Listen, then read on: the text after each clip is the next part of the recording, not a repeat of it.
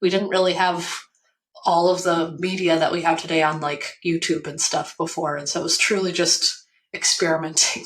I remember even getting my first textbook on Java in high school, and it took me forever to figure out that I needed to install a compiler in order to be able to do anything that was in the book. As someone who's been in the space for a long time, where do you kind of sit in this world? Like, there's some people who are very much like, hey, you need to suffer through, memory leaks and C++ to like really get an appreciation for what's happening at the lowest level of the operating system.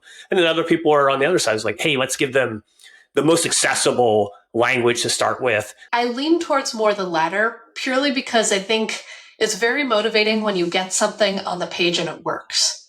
Brainstory works for so many different use cases, but I feel like to do well, you kind of have to pick one use case and really lean into it. Yeah, pick your battles. Hey everyone, welcome to the show. I'm Sean Faulkner, and on Software Huddle today, I have Cassidy Williams, CTO of Contenda. Contenda unbelievably started as a sticker distribution platform that pivoted into a product that converts podcasts and videos into various other forms of written content via AI.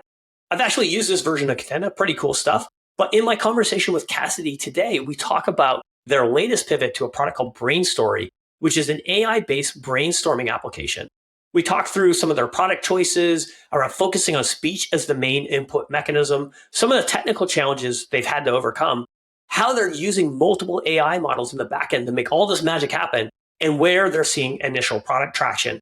If you're a founder or thinking of starting a company, I think you'll find this conversation super interesting. And if you do, please remember to subscribe, follow us on Twitter, and hey, if you're feeling particularly generous, leave us a positive rating and review.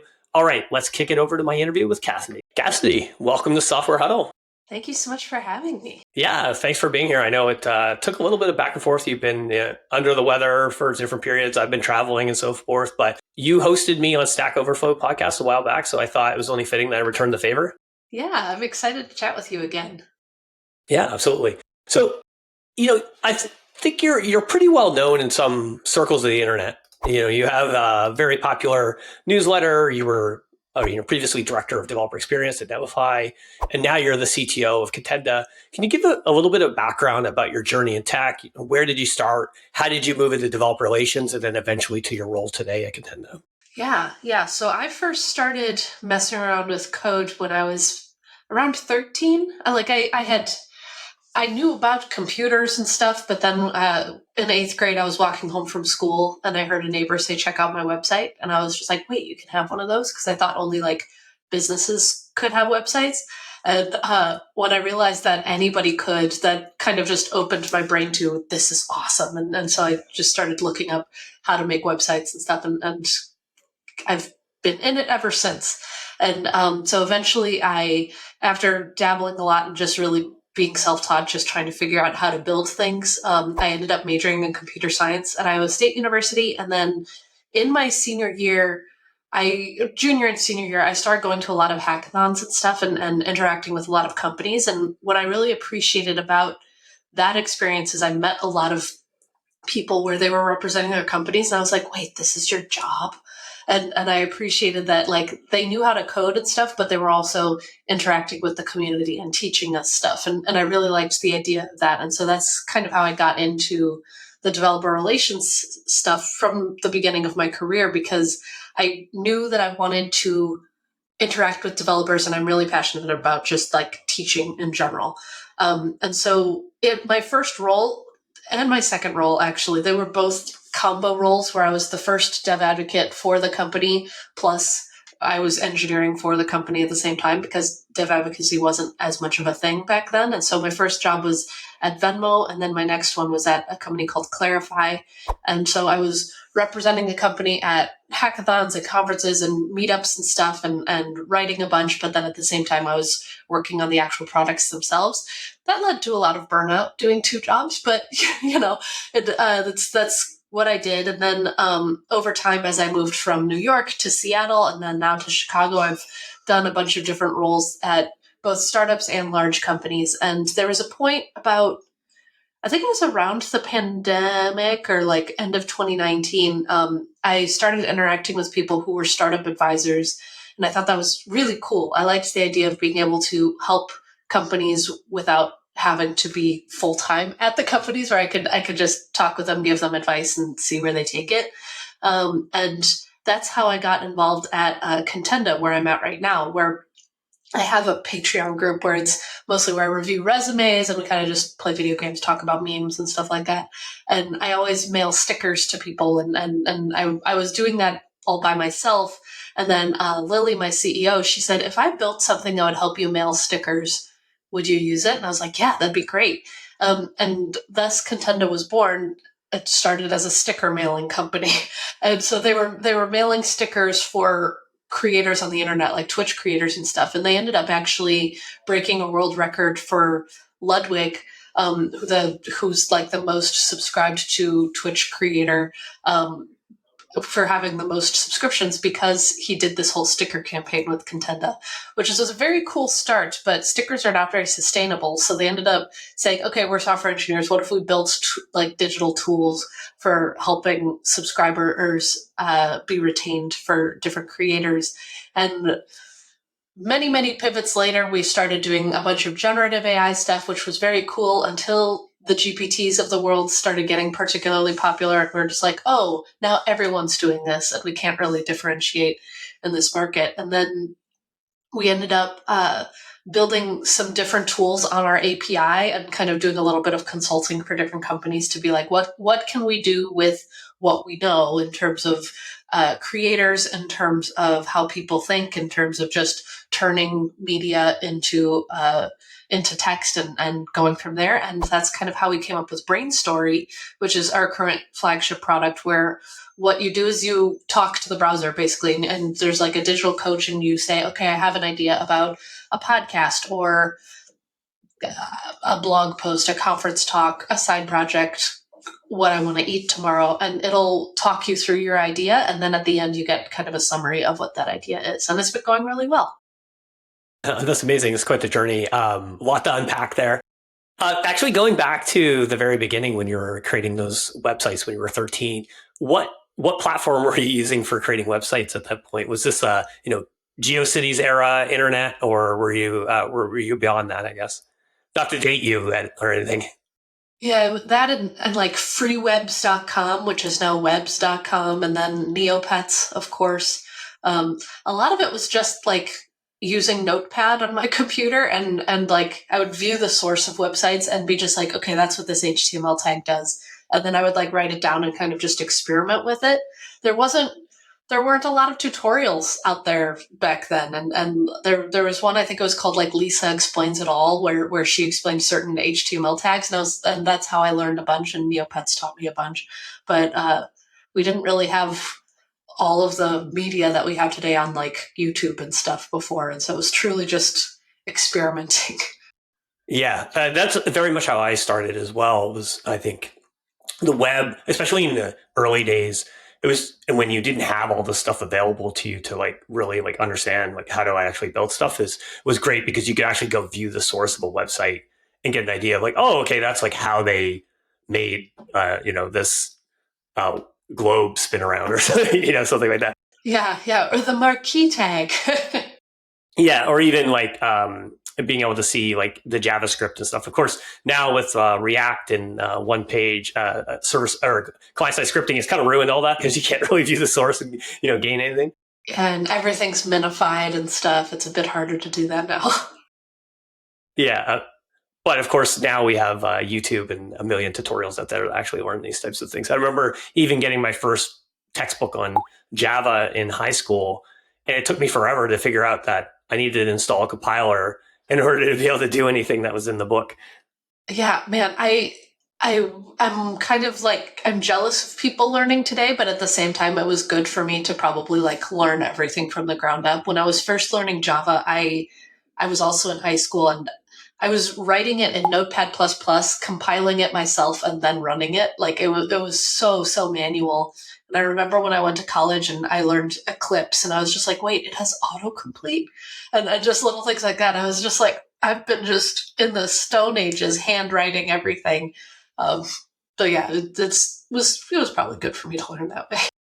Yeah. At the same time, like as you mentioned there's a certain amount of value to kind of like struggling through those things. It does kind of like become a forcing function for learning. Now, it probably on the negative side is probably a deterrent for some people to get started. I guess like where do you, as someone who's been in the space for a long time, really has been involved like in educating developers and so forth. Where do you kind of sit in this world? Like, there's some people who are very much like, hey, you need to suffer through, you know, memory leaks in C++ to like really get an appreciation for what's happening at the lowest level of the operating system. And that's going to lead to you being like a better, engineer and so forth. And then other people are on the other side is like, hey, let's give them the most accessible language to start with, remove the compiler, use something like Python or whatever so that they can get up and, creating something. And then that'll lead them to naturally like asking the right questions and have them to deep dive into the details as they sort of progress in their journey. Yeah, I lean towards more the latter purely because I think it's very motivating when you get something on the page and it works. And you're just like, wait, okay, why? And I kind of go backwards from that, where once you figure out like how something works, you made a component in React or something like that, then once you say, okay, I can actually make something that works on the screen, then you should learn why does it work that way. And so, for example, in a lot of the workshops I used to teach with React, I would say like, okay, this is how use state works. You run it, you see how it works. You have a counter on the page or something like that. Then I would go into let's rewrite use state from scratch so you can understand exactly why hooks have to be at the top of a component, for example, or this is how it's stored. Granted, it was like a very basic version of it, but I think understanding how things work is really, really powerful for your understanding of a system in general. But at that same time, I would never go back to C++ if I can avoid it. That was painful. So you mentioned this, recent pivot to launching a product called Brainstory.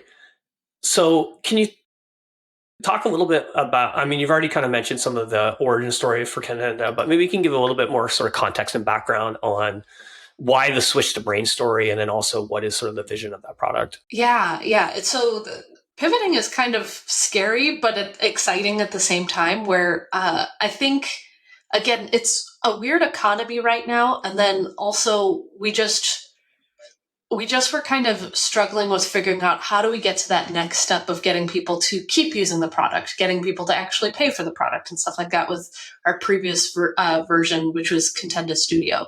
Contenda Studio, it still exists, but only as a paid version now because we're just like, we're going all in on Brainstory, where you could put in a podcast or a video or something and it could then be turned into a blog post or a LinkedIn post, Twitter thread, various things like that. And it worked really well, and I actually still use it for my own things on occasion. But again, there's so many generative AI things that where they're just like, oh, we'll write a blog post for you. We'll do this for you. We'll do that for you. That first of all, on one hand, it felt a little bit icky that we were doing writing for people, where I think a lot of the summaries and certain posts were really, really valuable, but we didn't want to take that away from anybody. And then at the same time, once again, the economy's weird. We were doing so many sales calls, and a lot of people would be just like, wow, this looks awesome. We just did layoffs, so we don't have a budget, so we'll talk next year. And that can only happen so much before we have to be just like, okay, we're not making enough money to continue in this direction. What should we do? And so we had a team offsite this past August, and we were kind of all just chatting about like, what should we do next with Studio? How should we make it better? Should we make it better? And we had a developer API that people weren't really using a lot. We had some people using it, and I had suggested, what if we just build stuff on our own API?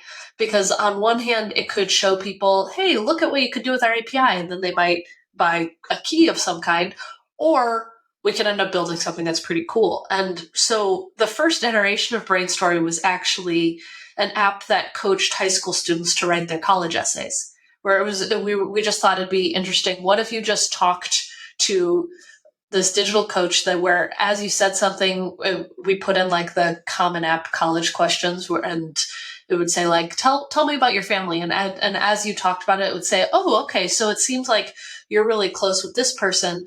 And like it would just continue to prompt you, and then at the end it would give you advice for writing your college essays.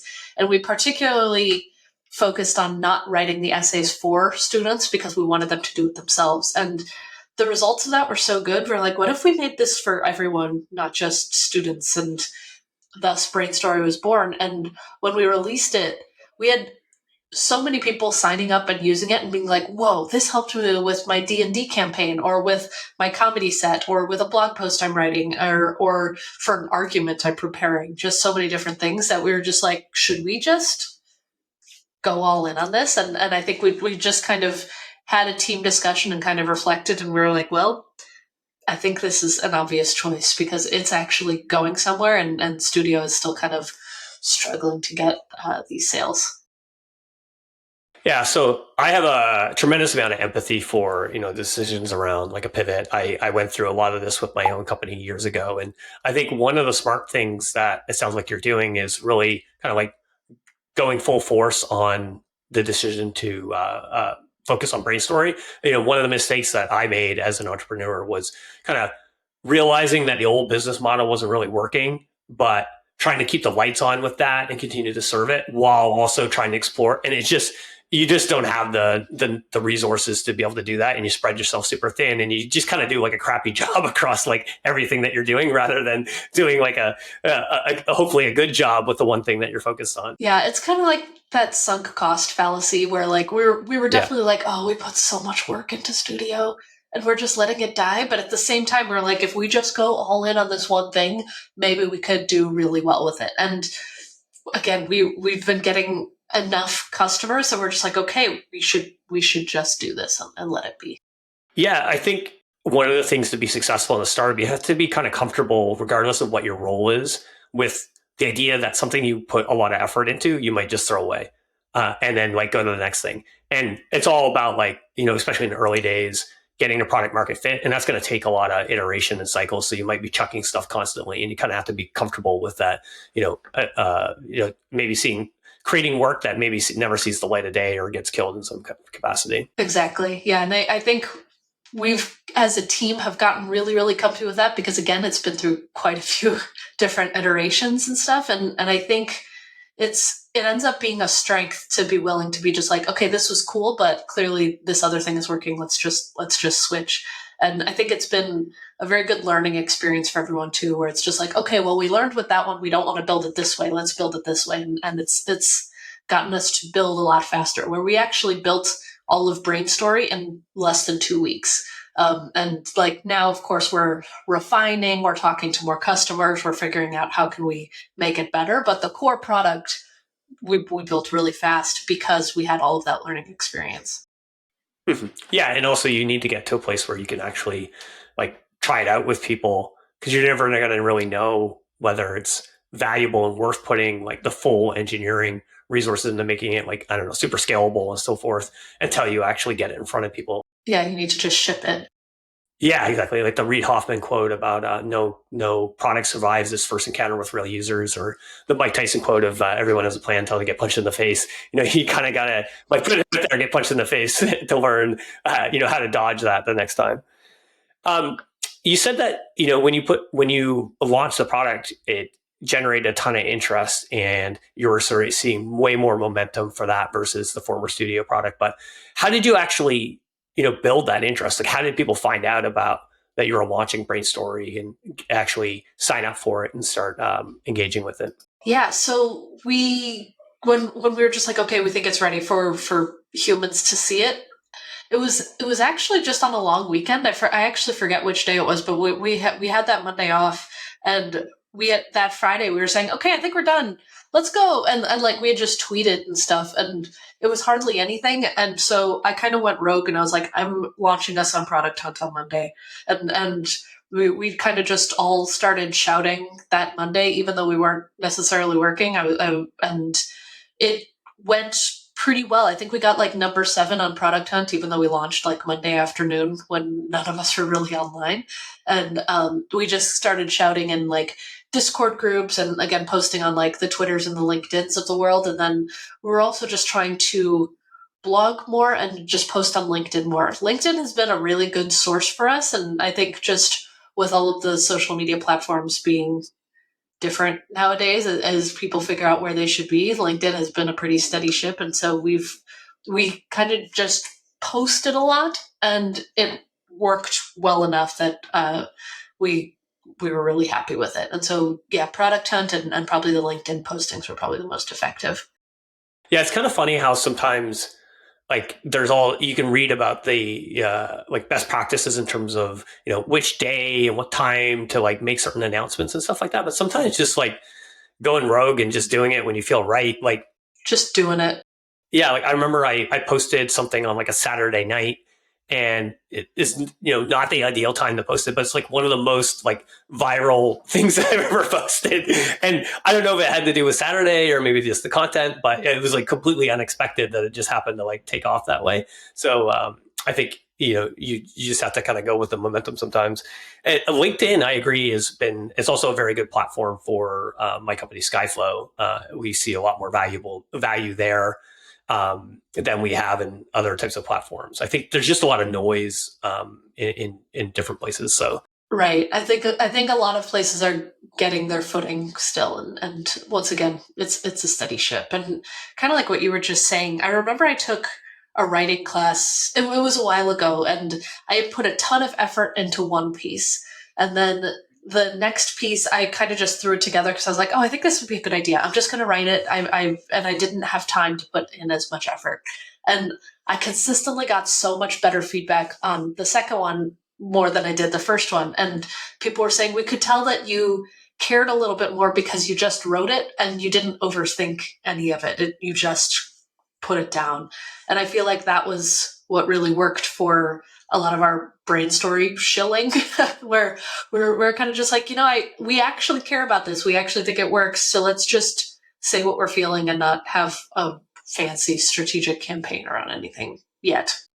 I want to get into some of the the technology that's involved with the development of Brainstory and kind of like what's going on behind the scenes. But maybe before we get there, just to give further context for the product, can you kind of walk through like what is a use case as a consumer or essentially someone who's using Brainstory? What use case or problem are they solving with it? Yeah, I think the best use case we've seen where we're just like, oh, this could be like a really sticky thing is using it for meeting prep, where a lot of times when you go into a meeting, there's a lot of the meeting is context sharing, figuring out like where everybody's head's at, and then doing action items based on that.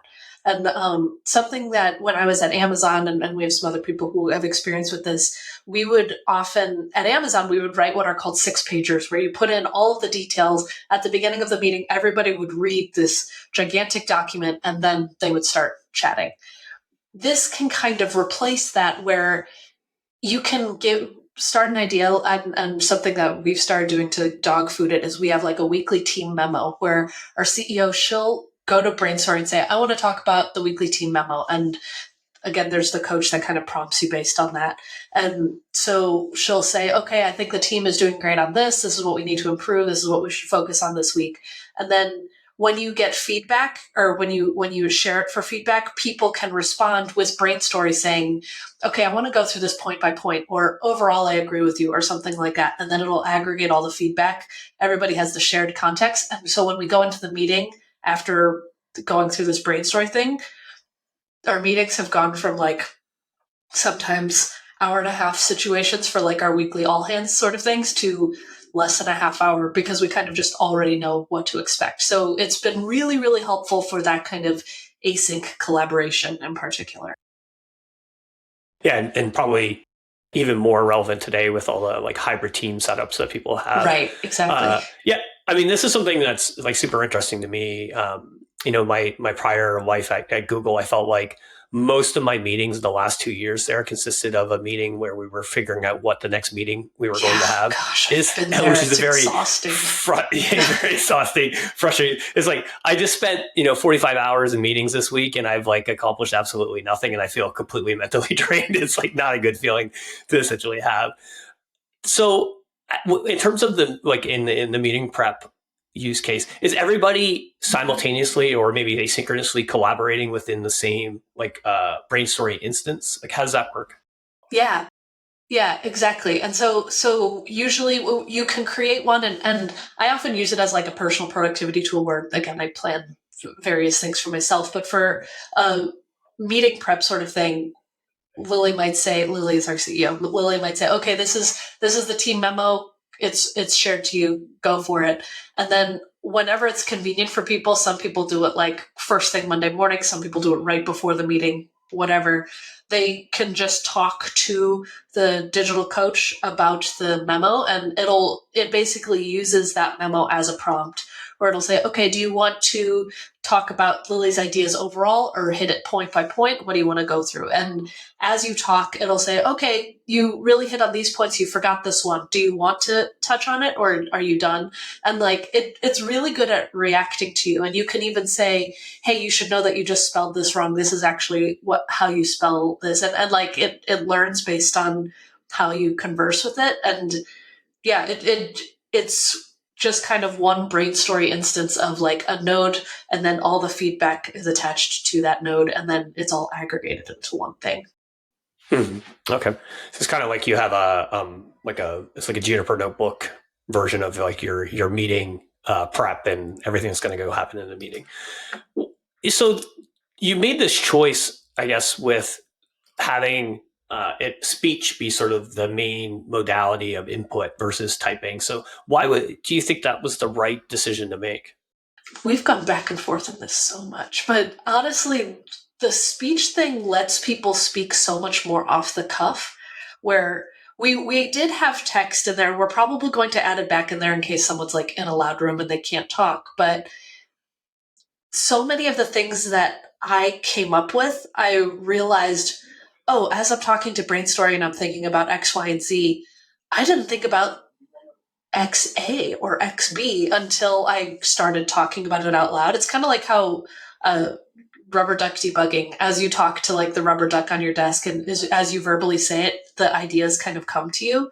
I feel like when you are verbally talking about these things rather than writing it down, there's a little less thinking involved uh, when you're speaking. And I think that leads to better ideas because you are talking it out, you're thinking about all of it, and it's just responding to all of your raw, unfiltered thoughts. And you can't say, oh, scratch that, I actually don't want to go in this direction, and it'll react really well to that.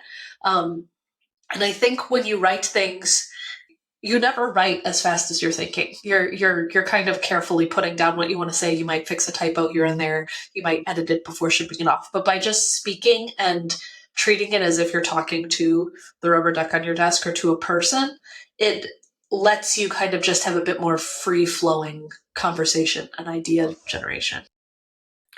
Yeah, I can see that. Like, I think people too, sometimes when it comes to writing, they can get a little bit hung up on how do I like perfectly word this thing versus when you're just having a conversation with people, like I might not be really like caring because I can adjust it on the fly if I see them make a face or something like that. And I also think to your rubber duck analogy, I've certainly experienced that with you pull someone over to help you debug something, and then as you're explaining what's going on, you're like, oh, I know what's wrong. It's just like, wait, I got it. Okay. yeah, you can go away now, essentially. So, but is there unique technical challenges with having sort of audio or speech as the main modality of input?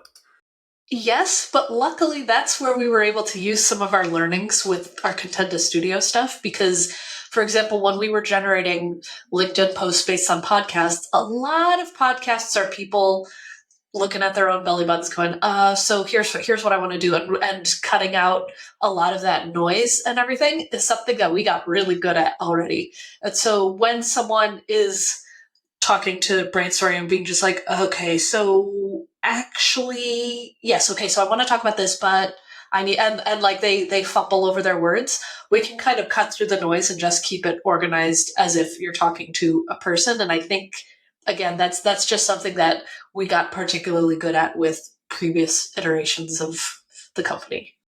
Can you walk me through sort of the like data pipeline that's happening behind the scenes in terms of, I'm interacting with Brainstory. I, speak out what I want to accomplish in my meeting, and then it's going to prompt me for another question of like, what are the main topics or something like that. And it's going to walk me through that process.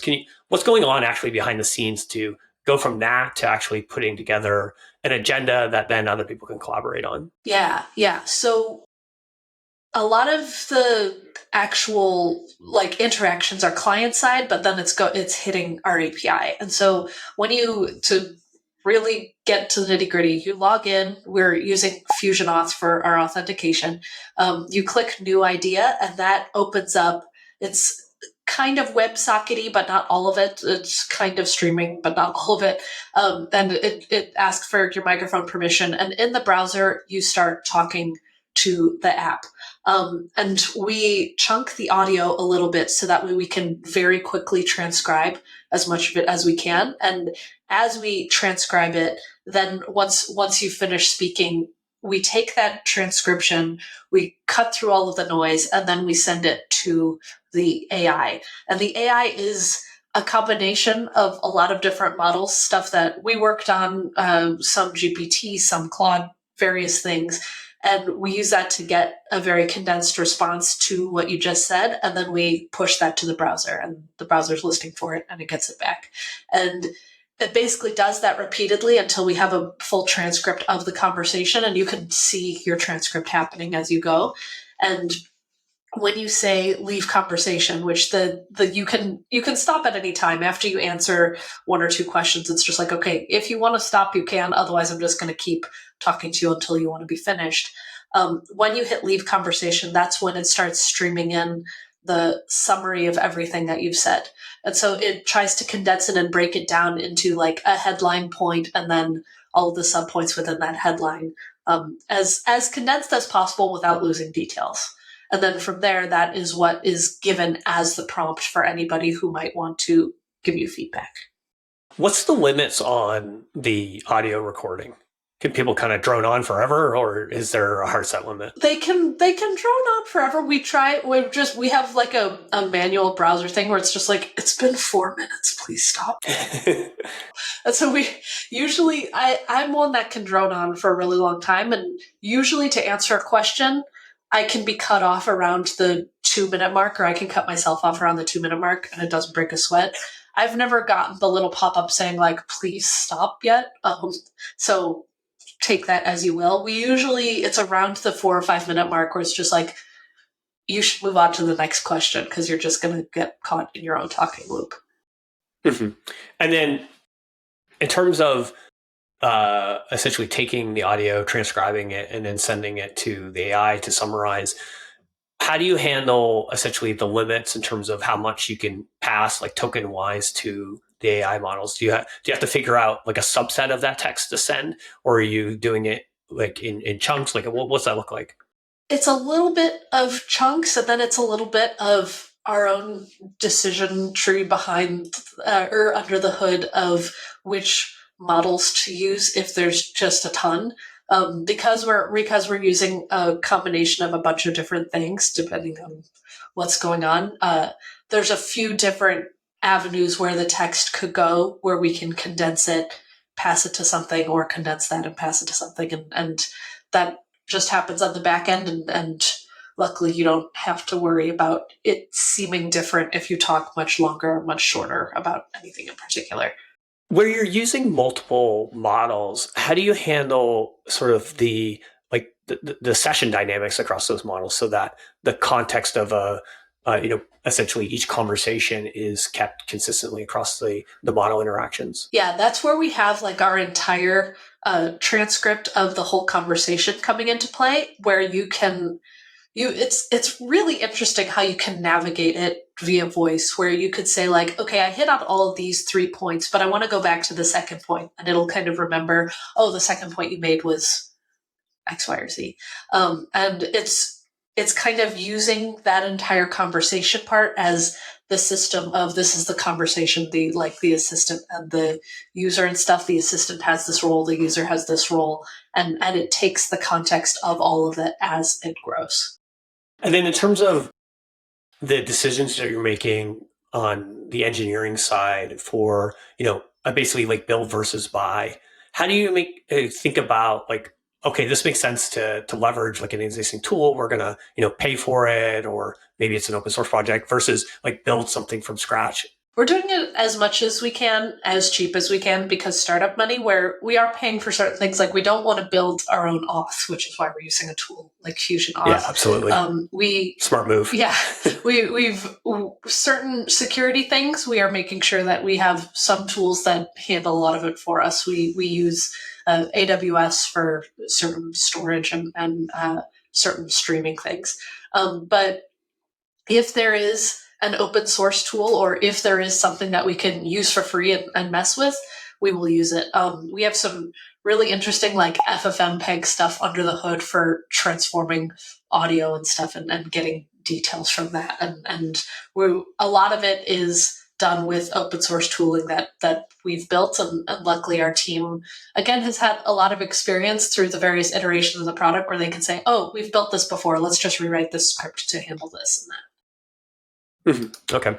And then as you work to like improve, the AI models, the product, make it more useful, make, sort of more magic happen for the user, how do you know that you're actually making things better? Like, I think one of the big challenges when it comes to building AI applications is it's hard to test. It's not like running something through a unit test, because the actual like generated response is going to have a certain level of variance in it. So how do you know that the response today is better than the response that you had, 2 weeks ago? Yeah, we're doing a lot of that right now. Where one of our teammates, he's an NLP specialist, and he does the most magical things with AI I've ever seen. Like I could go off on some of the stuff he's done outside of work for days. But anyway, a lot of what he does is like improving the feedback aggregation, or improving how the feedback is received, or getting like sentiment about the feedback, and figuring out like one of the things he's diving into is, if you don't want to read everybody's feedback on your idea, could you give like a general sentiment like emoji where it's like thumbs up or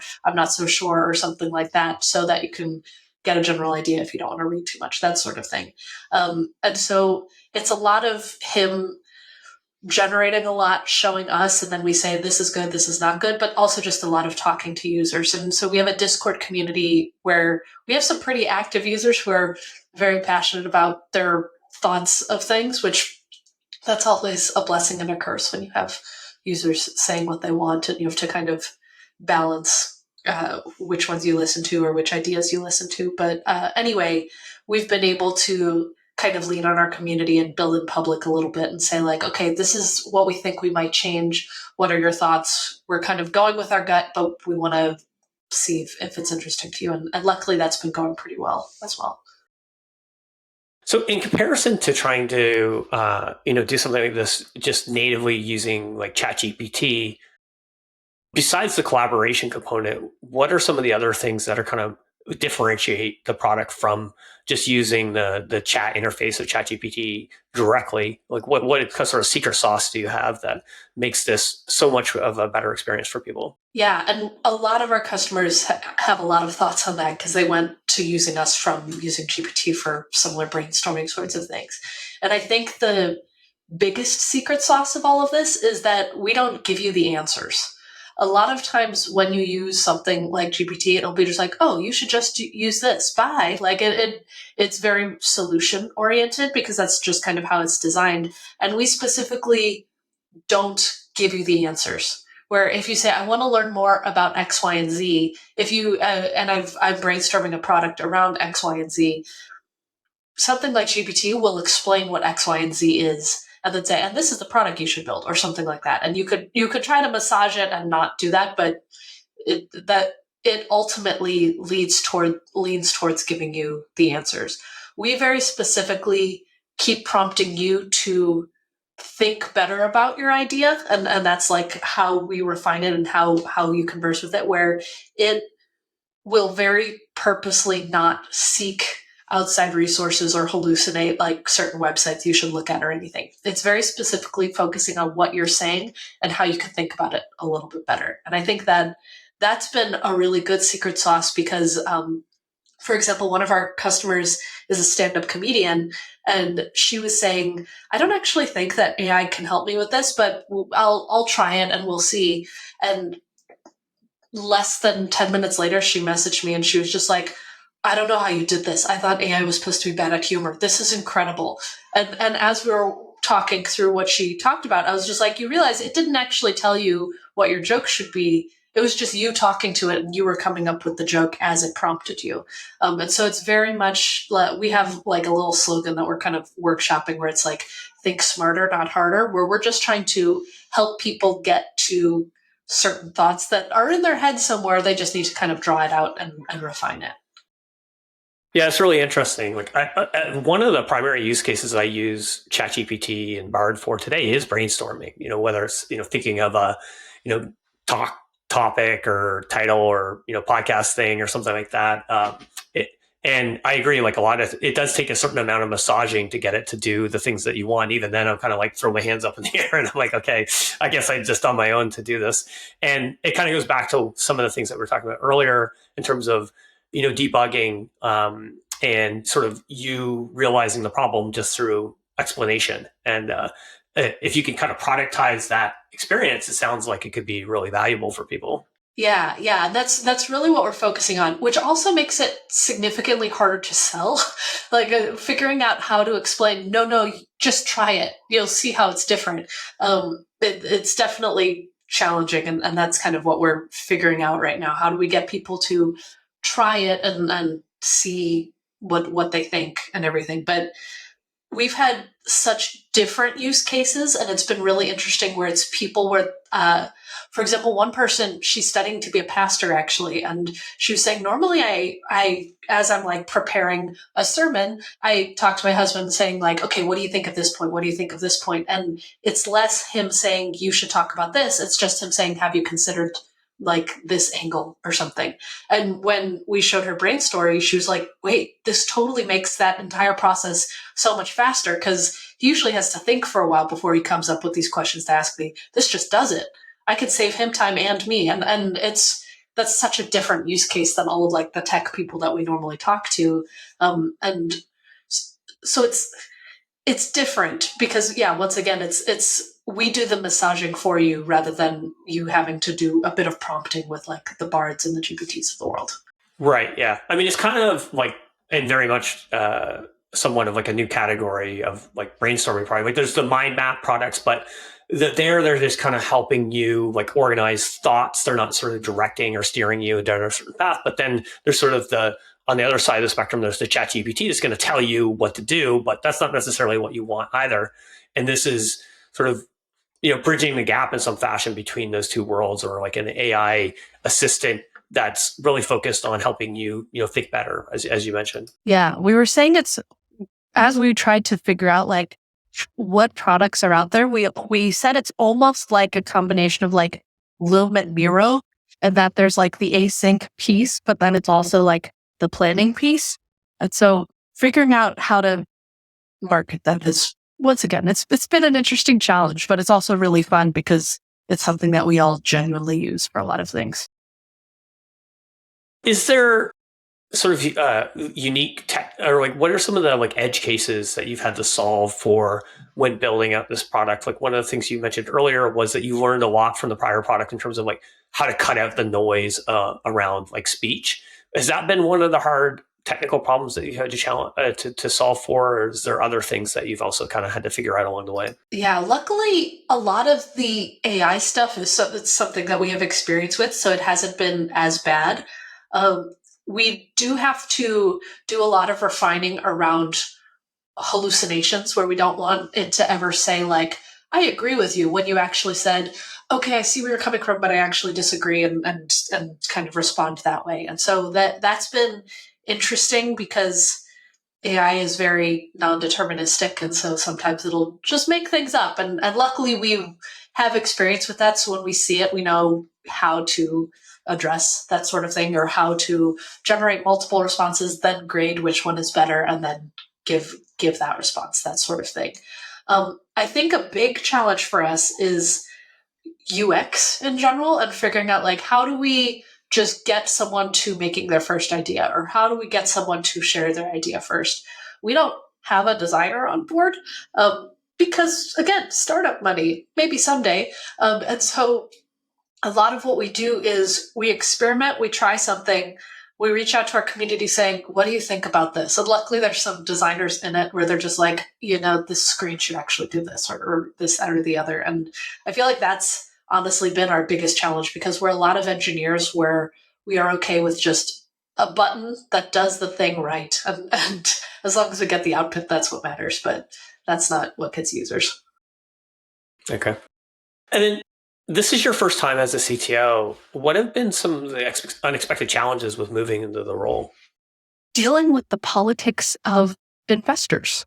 That is probably the biggest challenge for me, where a lot of like the engineering management stuff, I've done that before. A lot of like the dev rally type of things where I'm building tutorials or writing or something, I've done that before. And even just the coding, I've done that before. But I'm not very good at doing the delicate dance of speaking with venture capitalists who are just like, where's my money? How are you making my money grow? Which has been a particular challenge. Where we have good investors. They are supported in various ways, but at the same time, it's a very weird economy.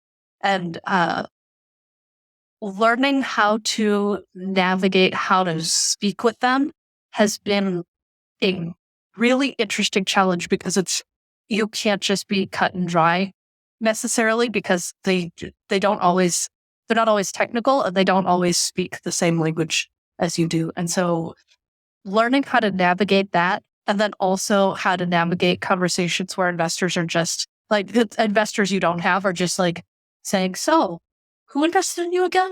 Oh, okay. And where they're like, a lot of times they just get intel and you have to take those calls because it's good for you for the future and stuff like that. It's been a learning experience. I admit that's not my favorite thing, but I've learned a ton just in figuring out how to navigate those kinds of conversations and do the dance. Yeah, absolutely. It was a huge learning curve for me too, going through my own founding experience as a CTO and raising money. It was just something completely like foreign, and understanding kind of I guess like putting yourself in their headspace. Like, what is it that this person wants to hear from you in terms of how you talk about your business and so forth is hard, and it's also can be difficult. I think just psychologically dealing with a lot of the negative feedback that you can get through that process. Like, there's great investors out there, but there's some pretty harsh feedback investors as well that develop a tough skin though. Yeah, where it's just like it's not good until it's good. Otherwise, it's just bad. And yeah, we can say these are all the paying customers we've had. This is all this is all that. And they're just like, okay, but how are you going to 10x this? This isn't good enough yet. And so yeah, dealing with that has definitely been tough emotionally and everything. But again, it's a good learning experience. So there's a ton of concern in the AI world right now, especially in the world of course, generative AI, around like privacy and security, and what happens to my personal information or my core intellectual property, and where you're, essentially potentially creating or you have a tool essentially that helps people brainstorm. They're going to be sharing potentially stuff that is core IP or personal. Like, how do you think about navigating the privacy and security challenges that might arise there? Yeah, we've been talking about that a lot, just for first of all, like privacy security in general of like the application, make sure people can't see what you want them they can't see what you've created unless you share it or things like that. But in terms of that part, we've been working on like our privacy policy and figuring out like, okay, we want people to be able to say, I want you to delete everything, and it'll just delete all of it.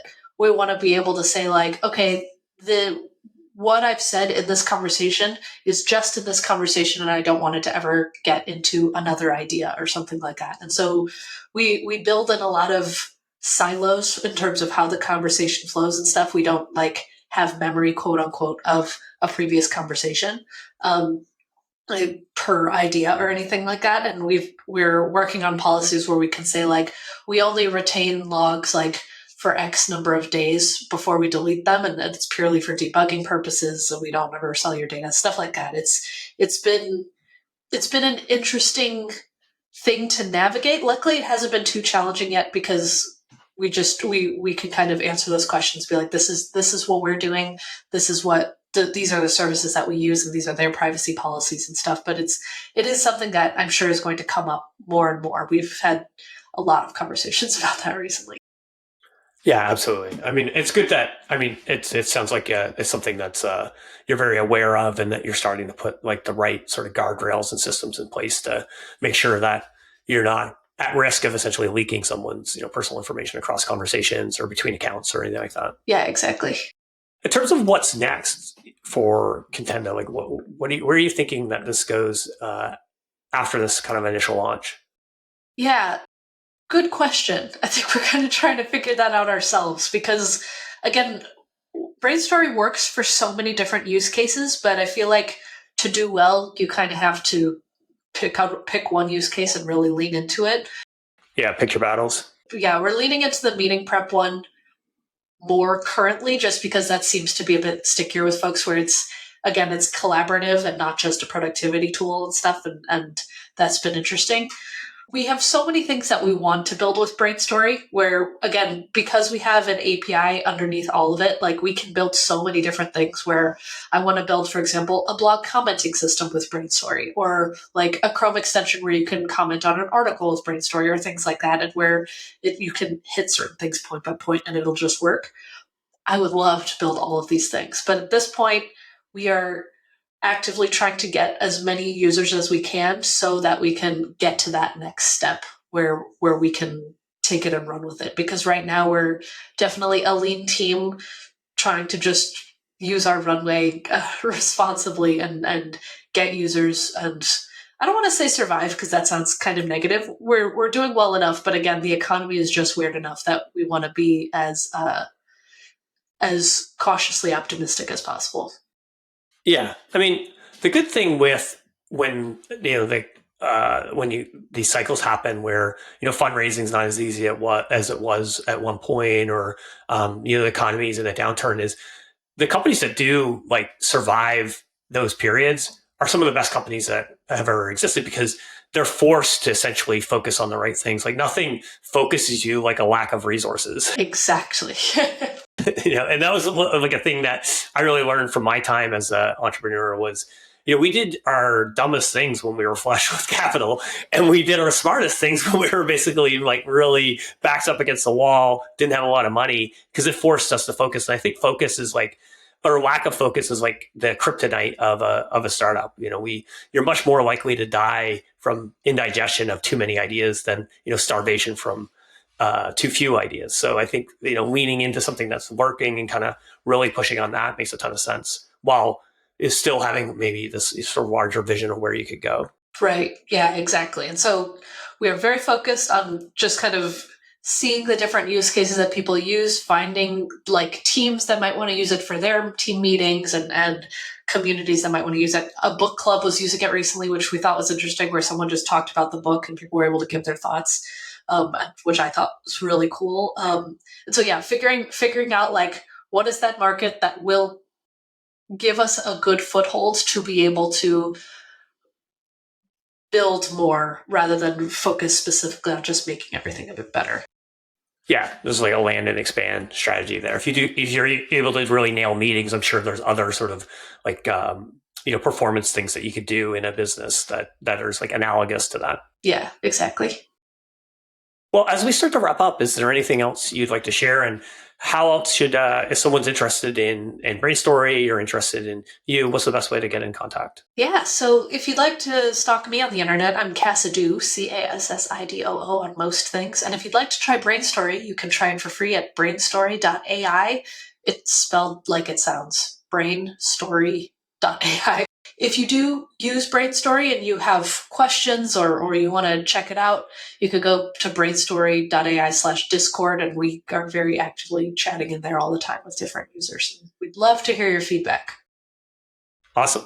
Well, Cassidy, thanks so much for joining. And I really appreciate you picking a name for a product that I can spell and remember. So kudos to you for doing that. That's not always the case. And I'm definitely looking forward to trying it out. I think there's a lot of places where I could use it. As I mentioned, like brainstorming is one of the common use cases I use these tools for. So if I can do that in a more efficient, effective way, I'm excited to do that and excited to, or happy to even pay for it. Well, that is music to my ears. So yeah, I'd love to hear what you think. And thank you so much for having me today. All right. Cheers.